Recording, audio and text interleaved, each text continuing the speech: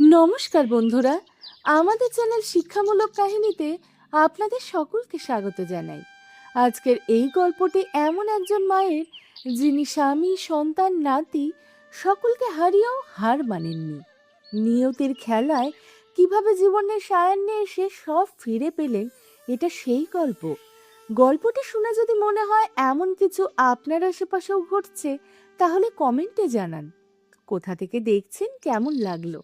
ভিডিওটি ভালো লাগলে লাইক করুন, আর যারা প্রথমবার এসেছেন তারা এখনই সাবস্ক্রাইব করুন এবং বেল আইকনটি চেপে দিন, যাতে আমাদের কাজের সমস্ত নোটিফিকেশন আপনি পান। চলুন গল্পে ফিরে যাই। মিতালি সেদিন ফোনে তার মা শেফালি দেবীকে বলছিল, মা, এখন থেকে আর এক মুহূর্ত ওই বাড়িতে থাকবো না। যেদিন থেকে শাশুড়ি শ্বশুর মশাই এসে উঠেছেন, তখন থেকেই সুবীর অশান্তিতে পড়েছে। ভালো চাকরি ছেড়ে ব্যবসায় নামলো, সব ঠিকঠাকই চলছিল, কিন্তু শেষমেশ ওর নিজের মা বাবার নজর লেগে গেল।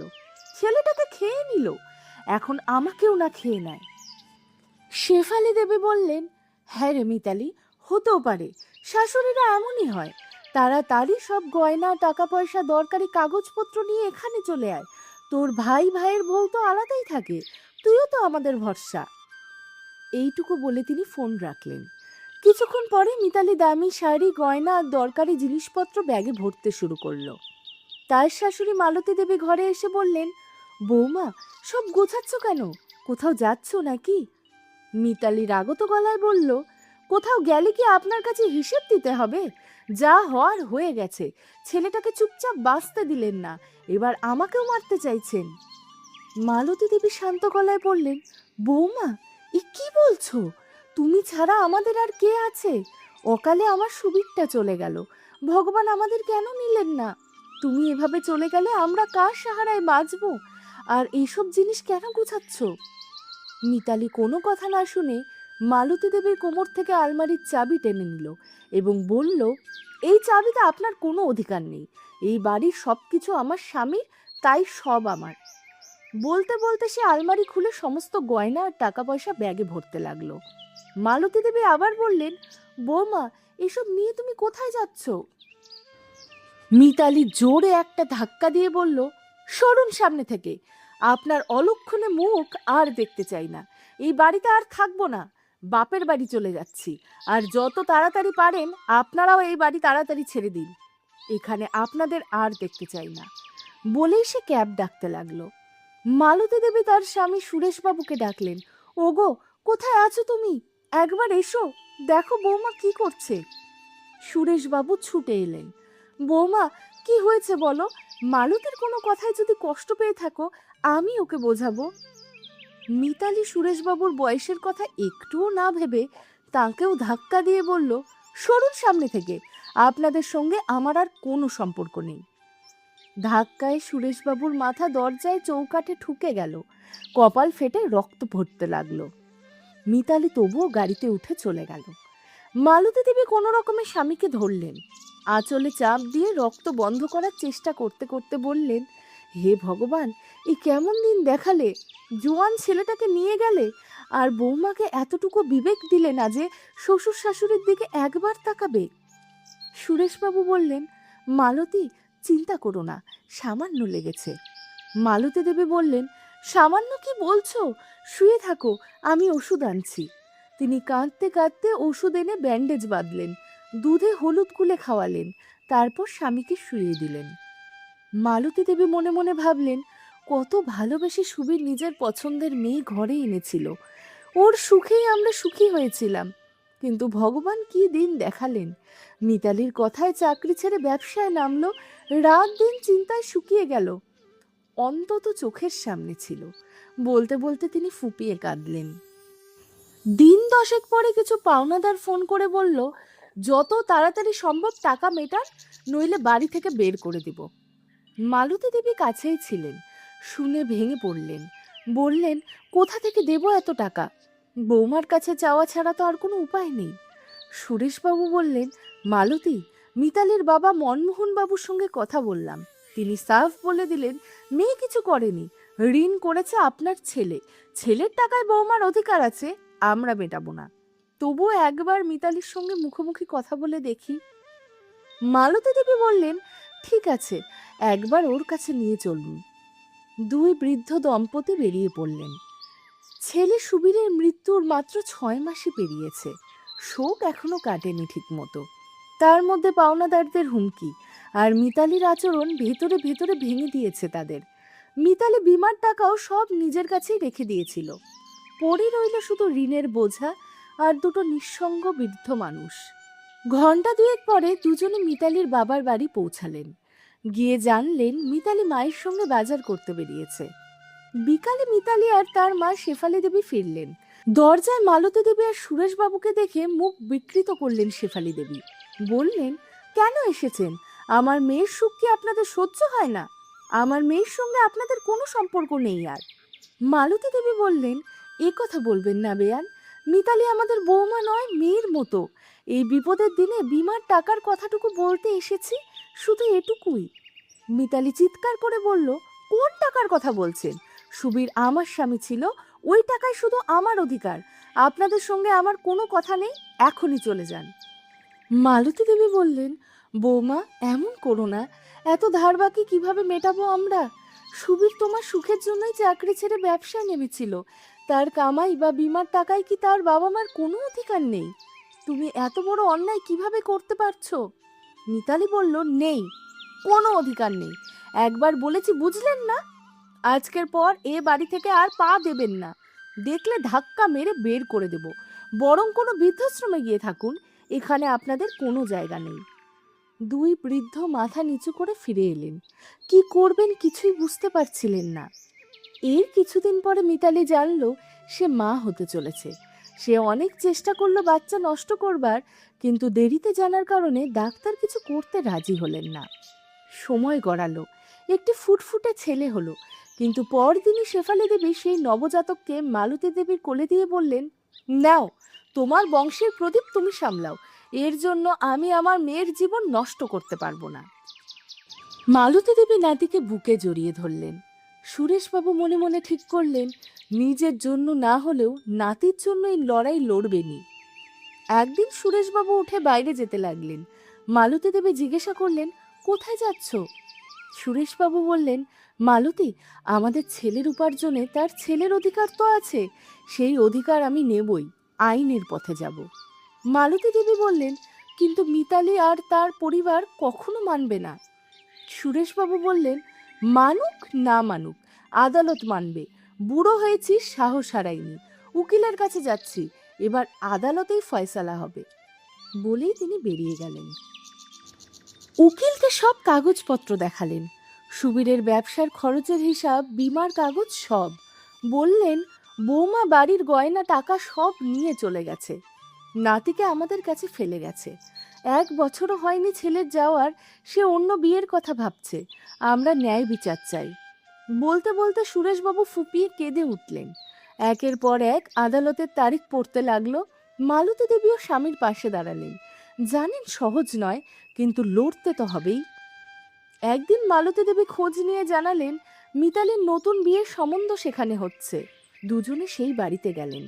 ছেলের মা বাবাকে সব খুলে বললেন, ভগবান না করুক যা আমাদের হয়েছে তা আপনাদের সঙ্গেও হোক, কিন্তু যদি এই মেয়েকে ছেলের বউ করেন, ভেবে দেখুন, আজ আমাদের সঙ্গে যা হয়েছে কাল আপনাদের সঙ্গেও সেটাই হতে পারে।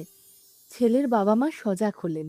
সেদিনই মনমোহন বাবুকে ফোন করে সম্পর্ক ভেঙে দিলেন। সব হাতের বাইরে যেতে দেখে মিতালি একদিন সেই বাড়িতেই এসে হাজির হলো। তখন মালতী দেবী বাড়িতে ছিলেন না। নাতি রাহুল দাদির সঙ্গে খেলছিল। সুরেশবাবু তখন অসুস্থ থাকতেন প্রায়। মিতালি আর তার মা মিলে সুরেশবাবুকে বিভিন্ন কাগজে সই করিয়ে নিল আর রাহুলকে নিয়ে চলে গেল। মালতী দেবী বাড়ি ফিরে দেখলেন স্বামী মাটিতে পড়ে আছে।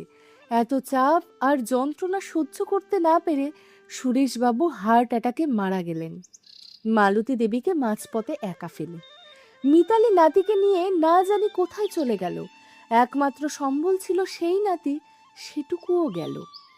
কপাল পোড়া মালতী দেবী এরপর দাঁড়ে দাঁড়ে ঘুরলেন।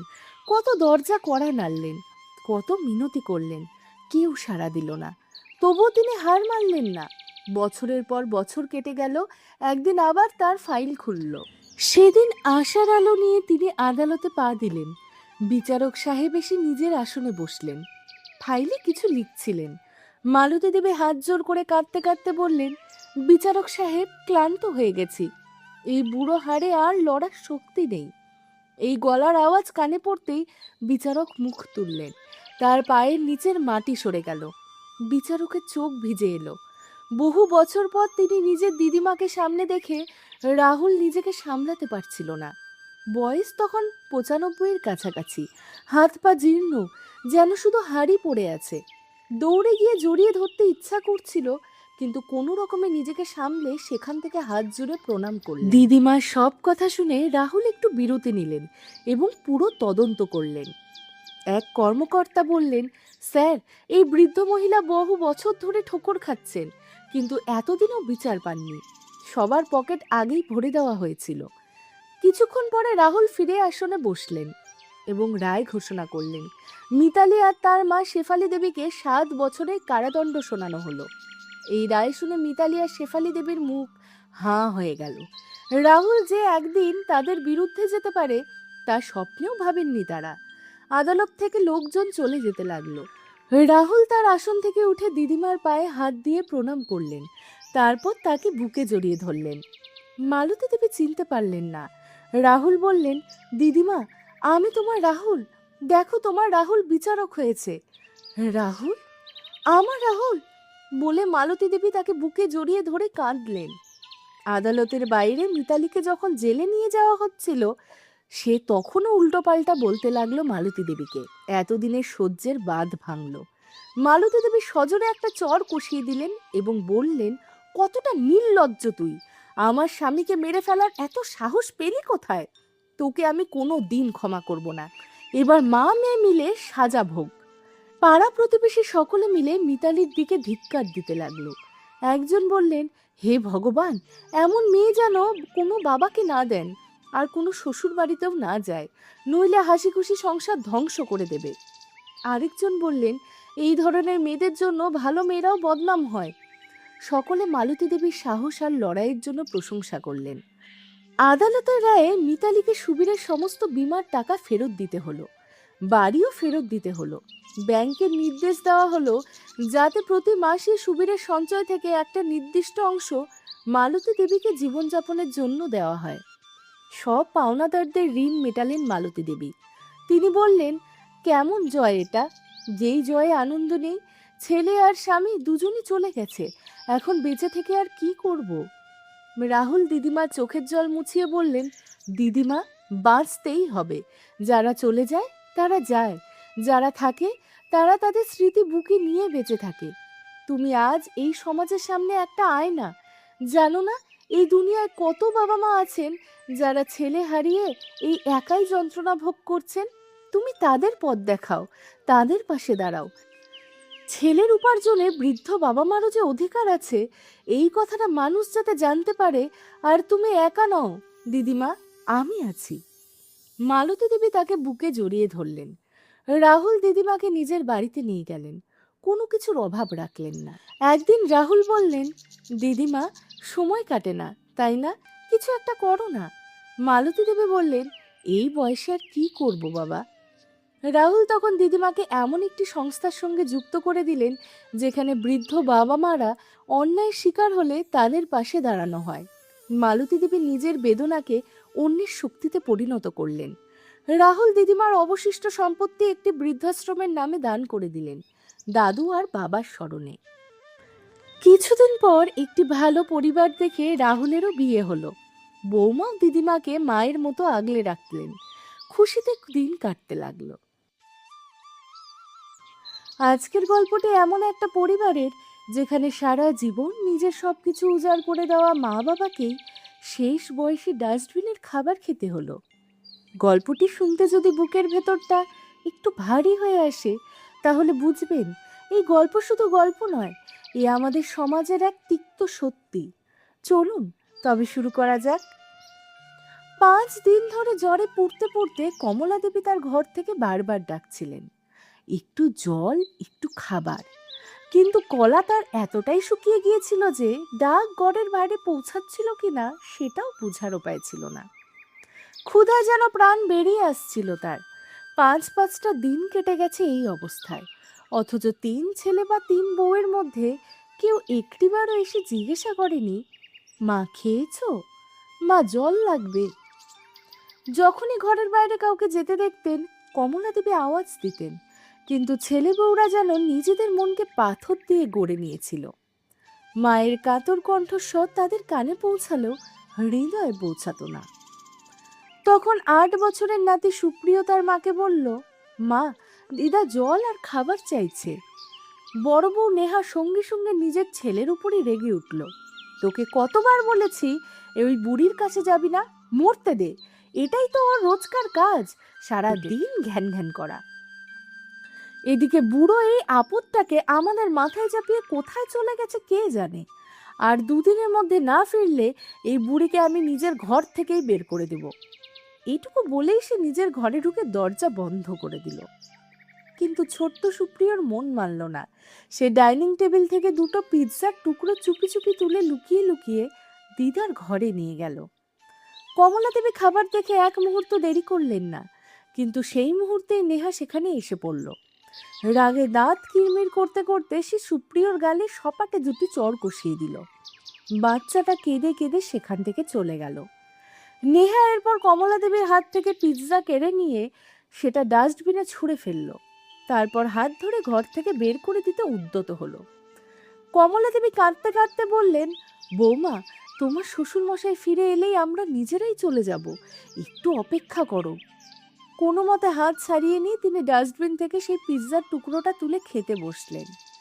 পাশে দাঁড়িয়ে বড় বউ নেহা আর মেজ বউ পরিমলা সেই দৃশ্য দেখে হাসতে হাসতে গড়িয়ে পড়ল। কমলা দেবীও বা কি করবেন, পেটের খিদা কি আর মান অপমান বোঝে? ঠিক সেই মুহূর্তে ঘরে ফিরলেন আনন্দবাবু। পুরো 1 সপ্তাহ বাইরে থেকে তিনি নিজেদের ভবিষ্যতের বন্দোবস্ত করে ফিরছেন আজ, কিন্তু দরজায় পা দিতেই চোখ আটকে গেল। তার কমলা ডাস্টবিন থেকে খাবার তুলে খাচ্ছে, চোখ দিয়ে জল গড়িয়ে পড়ল তার। কমলা দেবী ও স্বামীকে দেখে আর নিজেকে সামলাতে পারলেন না, ফুপিয়ে ফুপিয়ে কাঁদতে লাগলেন। বড় বউ নেহা তখনও তাচ্ছিল্যভাবে বলে উঠল, হেই বুড়ি, নাটক বন্ধ কর, এখান থেকে বেরো, নইলে আর কোনোদিন আমার বাচ্চাদেরও অসুস্থ করে ছাড়বি। এটুকু বলে সে কমলা দেবীকে সামনের দিকে ধাক্কা দিল। আনন্দবাবু আর সহ্য করতে পারলেন না, নিজেকে একবার সামনে নিয়ে সপাটে 2টো চড় কষিয়ে দিলেন বড় বউয়ের গালে। খবরদার, কমলা দেবীর গায়ে আর একবার হাত দিলে আজ আমার এমন রূপ দেখবে যা কোনোদিন দেখনি। নেহা ভ্যাবাচাকা খেয়ে এক পাশে সরে গেল। বিশ্বাসই হচ্ছিল না এই কাঁপা কাঁপা বুড়ো হাতের চড়ে মাথা বো বো করছিল। আনন্দবাবু মাটিতে পড়ে থাকা কমলা দেবীকে তুলে ধরলেন, তার হাত থেকে সেই নোংরা পিৎজার টুকরো ফেলে দিলেন। পাশের চেয়ারটায় বসিয়ে ব্যাগ থেকে একটা সীতাভোগের বাক্স বের করলেন। নাও কমলা, তোমার প্রিয় সীতাভোগ, নাও, মন ভরে খাও, আজ দেখি কে আটকায় তোমায়। মেজ বউ পরিমলা ঠোঁট বাঁকিয়ে ছোট বউ শ্রেয়াকে আসতে বলল, বুড়ো বলছে যেন কি না কি রত্ন এনেছে। আনন্দবাবু মৃদু হেসে বললেন, ঠিকই ধরেছ, তাই মনে করো। বলেই পাশের আরাম কেদারায় বসে 3 বৌমার মুখের দিকে তাকিয়ে শান্তভাবে হাসলেন, কারণ একটু পরেই যে ঝড় আসতে চলেছে সেটাই বাড়ির কেউ বিন্দু মাত্র আঁচ করতে পারেনি। তাদের জানা নেই মাত্র কয়েক মুহূর্তের মধ্যেই তাদের চেনা পৃথিবীটা একেবারে উল্টে যাবে। ততক্ষণে 3 ছেলেও ঘরে ফিরে এসেছে। বড় ছেলে অমিত বলল, বাবা, এবার নাটক বন্ধ করুন, আপনাদের নিজেদের বন্দোবস্ত করে নিয়েছেন তো, আমাদের শান্তিতে থাকতে দিন, জিনিসপত্র গুছিয়ে এখান থেকে বেরিয়ে যান। আনন্দবাবু ছেলের কথায় কান্না দিয়ে শান্তভাবে সীতাভোগ খেতে থাকলেন। ছোট বউ শ্রেয়া রেগে কমলা দেবীর হাত ধরে চেয়ার থেকে তুলতে গেল। আনন্দবাবু ঝটকা দিয়ে শ্রেয়াকে টেনে এনে তার গালেও 2টো চড় কষিয়ে দিলেন। আমার সামনে কমলার গায়ে হাত দেওয়ার সাহস হলো তোমার? বড় বৌমার দশা এত তাড়াতাড়ি ভুলে গেলে? ছোট ছেলে আমন চেঁচিয়ে উঠল, বাবা, এটা কি বেয়াদবি, আপনি আমার স্ত্রীকে মারতে পারেন না। সঙ্গে সঙ্গে আমনের গালেও একটা চড় পড়ল। খবরদার, আমার নীতিশিক্ষার পাঠ পড়াতে আসবে না। তুমি আমার ছেলে, আমি তোমার বাবা, এখনো এতটুকু সামর্থ্য আছে আমার যে নিজের স্ত্রীর বোঝা নিজেই বইতে পারবো, তার সম্মান রক্ষা করতে পারি। বুড়ো হয়েছে শরীর, মাথায় নয়। বাবার এই রূপ দেখে 3 বউ আর 3 ছেলে এক পাশে সরে গিয়ে চুপ করে দাঁড়িয়ে রইল। কাল পর্যন্ত যে বাবা এক মুঠো খাবারের জন্য তাদের মুখের দিকে তাকিয়ে থাকতেন, আজ হঠাৎ তিনি সিংহ হয়ে উঠলেন কি করে? আনন্দবাবু বুঝতে পারছিলেন ছেলে বউদের এই হতবাক মুখগুলো দেখে তার মনে একটা অদ্ভুত তৃপ্তি হচ্ছে। এতদিন যারা তিল তিল করে তাদের দুজনকে জ্বালিয়েছে, আজ একই যন্ত্রণা তাদের ভোগ করতে হবে সুদে আসলে। আজ তিনি সব বন্দোবস্ত করেই এসেছেন। আজ ভগবান নিজে এলেও তার সিদ্ধান্ত বদলাতে পারবে না। তার মনে পড়ছিল সেই দিনগুলোর কথা। আনন্দবাবু আর কমলা দেবী দুজনই গভীর দারিদ্র্য দেখেছিলেন। বিয়ের পর থেকে একে একে 3টে ছেলে হলো। আনন্দবাবু ছোট চাকরিতে সংসার খরচ আর মিটত না। তখন কমলা দেবী স্বামীর মুখের দিকেই তাকিয়ে চুপি চুপি পাড়ার বাড়িতে বাসন মাজতে যেতেন। সেই টাকায় ছেলেদের বই, খাতা, পোশাক, আহার সব মিটত। আনন্দবাবু জিজ্ঞাসা করলে বলতেন, তোমার সংসার খরচ থেকেই বাঁচিয়ে রেখেছি। কারণ তিনি জানতেন স্বামী কোনোদিন মেনে নেবেন না যে তার স্ত্রী অন্যের বাড়িতে বাসন মেজে সংসার চালাচ্ছে। কিন্তু একদিন সত্যিটা জানতে পারলেন আনন্দবাবু। সেদিন তিনি কমলা দেবীর কোলে মাথা রেখে ফুপিয়ে ফুপিয়ে কেঁদেছিলেন। তারপর থেকে তিনি কখনো কমলা দেবীকে আর সেই কাজে যেতে দেননি, এমনকি তার দিব্যি রাখলেন। সিদ্ধান্ত তিনি নিজেই নিলেন। দিনে চাকরি, রাতে আড়তে কাজ। ধীরে ধীরে ব্যবসা দাঁড়ালো। 3 ছেলেকে পড়ালেন, মানুষ করলেন, একে একে বিয়ে দিলেন। কিন্তু এই অক্লান্ত পরিশ্রমে শরীর একসময় জবাব দিল। আনন্দবাবু শয্যাশয়ী হয়ে পড়লেন। আর যেদিন থেকে তিনি উপার্জন বন্ধ করলেন, সেদিন থেকেই বাবা মার মূল্য ছেলে বউদের কাছে কমে গেল। একদিন সকাল 10টা বেজে গেল, খাবার আসেনি। আনন্দবাবু কমলা দেবীকে বললেন, একটু দেখো তো আজ বৌমারা চা জল খাবার দিল না কেন? কমলা দেবী ভাঙা বিস্কুটের গুঁড়ো বাক্স থেকে ঢাকনায় ঢেলে স্বামীর হাতে দিলেন আর নিজে গেলেন ছোট বৌমা শ্রেয়ার কাছে। বৌমা, একটু চা জল খাবার দাও, তোমার শ্বশুর মশাইয়ের ওষুধ খাবার সময় হয়ে গেছে। শ্রেয়া মুখ ঘুরিয়ে বলল, মাসিমা, আজ মাসের 1 তারিখ, আজ থেকে বড় জাল পালা, আপনি তার কাছে যান। কমলা দেবী বিষণ্ণ মুখে বললেন, বড় বৌমা তো মায়ের বাড়ি গেছে। সেটা আমার সমস্যা না, নিয়ম নিয়মের জায়গায় থাকবে, আমি বাড়তি দায় নেব না। বলেই শ্রেয়া মোবাইলে মুখ গুজল। কমলা দেবী তারপরে গেলেন মেজবউ পরিমলার কাছে। বৌমা, একটু চা জল খাবার দেবে? পরিমলা বলল, মা, আমি কেন দেব? আজ থেকে তো বড় যার পালা। তিনি মায়ের বাইরে গিয়ে 15 দিন বসে থাকলে আমি কি তার ঘাটতি পোষাবো? আমি খয়রাত করতে পারবো না। এই বলেই পরিমলা দরজা বন্ধ করে দিল। কমলা দেবী নিজের ঘরে ফিরে এসে স্বামীর সামনে ফুপিয়ে উঠলেন। কি হলো কমলা, খাবার আনলে না কেন? প্রথমে তিনি এড়িয়ে যেতে চাইলেন, তারপর আর পারলেন না। বলে উঠলেন, কি দিন দেখতে হচ্ছে আমাদের। তোমার মা বলতেন 3 বউয়ের ঘরে আমি ভাগ্যবতী, অথচ আজ একটু খাবারের জন্য তাদের কাছে হাত পাততে হচ্ছে। তারা নিজেদের সুবিধা মতো আমাদের খাওয়ার ভাগ করে নিয়েছে। আমাদের মত নেওয়ার একটু দরকার মনে করেনি। কখনই কি পারবো নিজের মতো করে একটু বাঁচতে?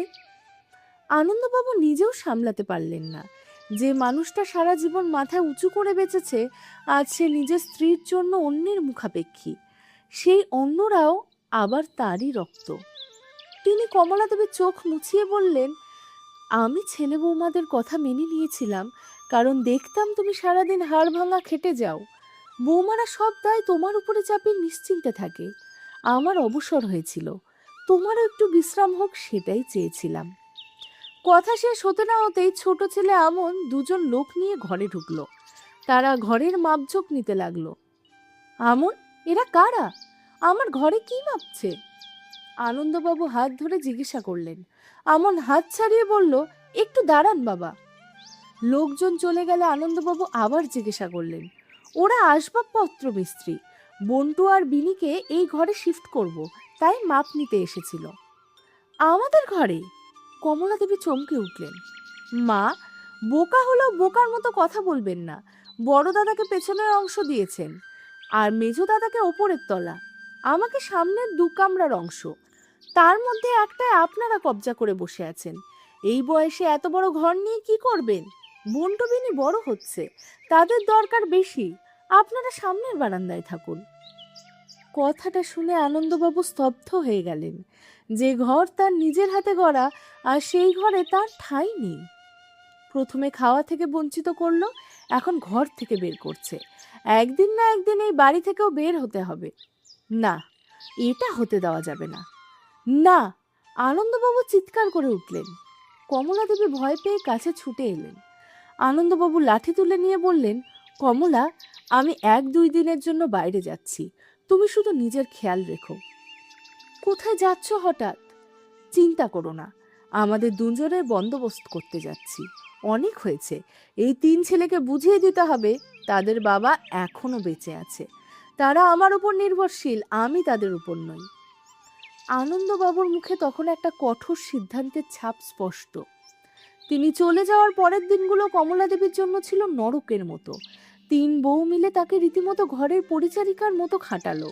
অবশেষে সেই ডাস্টবিন থেকে খাবার তোলার দিনটাও এলো। এখন সেই একই বৈঠক ঘরে সবাই একসাথে। কিছুক্ষণ পরেই সামনে এসে দাঁড়ালো একজন উকিল। আনন্দবাবুর হাতে কিছু কাগজ। তিনি 3 ছেলেকে ডেকে সেই কাগজগুলো তাদের হাতে দিলেন। কাগজ হাতে নিয়ে 3 জনের মুখের রং পাল্টে গেল। বড় ছেলে অমিত প্রায় চেঁচিয়ে উঠল, বাবা, তোমার কি মাথা ঠিক আছে? এটা কিভাবে করলে? মেজো ছেলে সুমিত বলল, হ্যাঁ, আপনি এটা আমাদের সঙ্গে করতে পারেন না। আমি কি করতে পারবো আর কি পারবো না সেটা তোমাদের কাছ থেকে জানার দরকার নেই। তোমাদের হাতে 1 সপ্তাহ সময় আছে, তারপরে তোমাদের একটা দিনও এই বাড়িতে আমি সহ্য করব না। আমন কমলা দেবীর পায়ে পড়ে বললেন, মা, বাবাকে বোঝাও, নিজের সন্তানদেরকে কে পথে বসায়? আনন্দবাবু বললেন, তোমরা খাওয়া দাওয়ার জন্য মাকে ভাগ করতে পারো, তোমাদের মাকে তারই ঘর থেকে বের করে দিতে পারো, এমনকি তোমাদের স্ত্রীরা তোমাদের মাকে ডাস্টবিন থেকে খেতে বাধ্য করতে পারে।